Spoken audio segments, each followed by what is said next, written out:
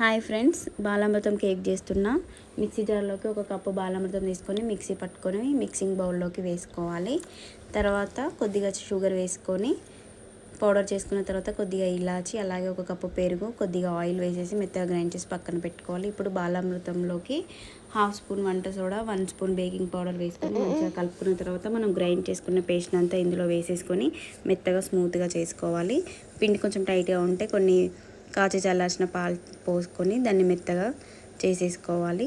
ఇప్పుడు ఒక steel box తీసుకొని టిఫిన్ బాక్స్, అందులోకి నెయ్యి కానీ నూనె కానీ అప్లై చేసుకున్న తర్వాత గోధుమ పిండి చల్లేసుకొని ఇట్లా చేసుకొని పక్కన పెట్టుకోవాలి. ఇప్పుడు మనం కలుపుకున్న పేస్ట్ అంతా ఇందులోకి వేసేసుకొని ఎయిర్ బబుల్స్ ఏం లేకుండా ఉండేటట్టు ఒకసారి ఇట్లా కింద కొట్టి తర్వాత కుక్కర్లో ఒక గిన్నె పెట్టుకొని అందులోకి ఈ కేక్ది పెట్టేసి విజిల్ లేకుండా రబ్బర్ తీసేసి మూత పెట్టుకొని ఒక 45 మినిట్స్ బేక్ చేసుకుంటే మనకి ఈజీగా కేక్ రెడీ.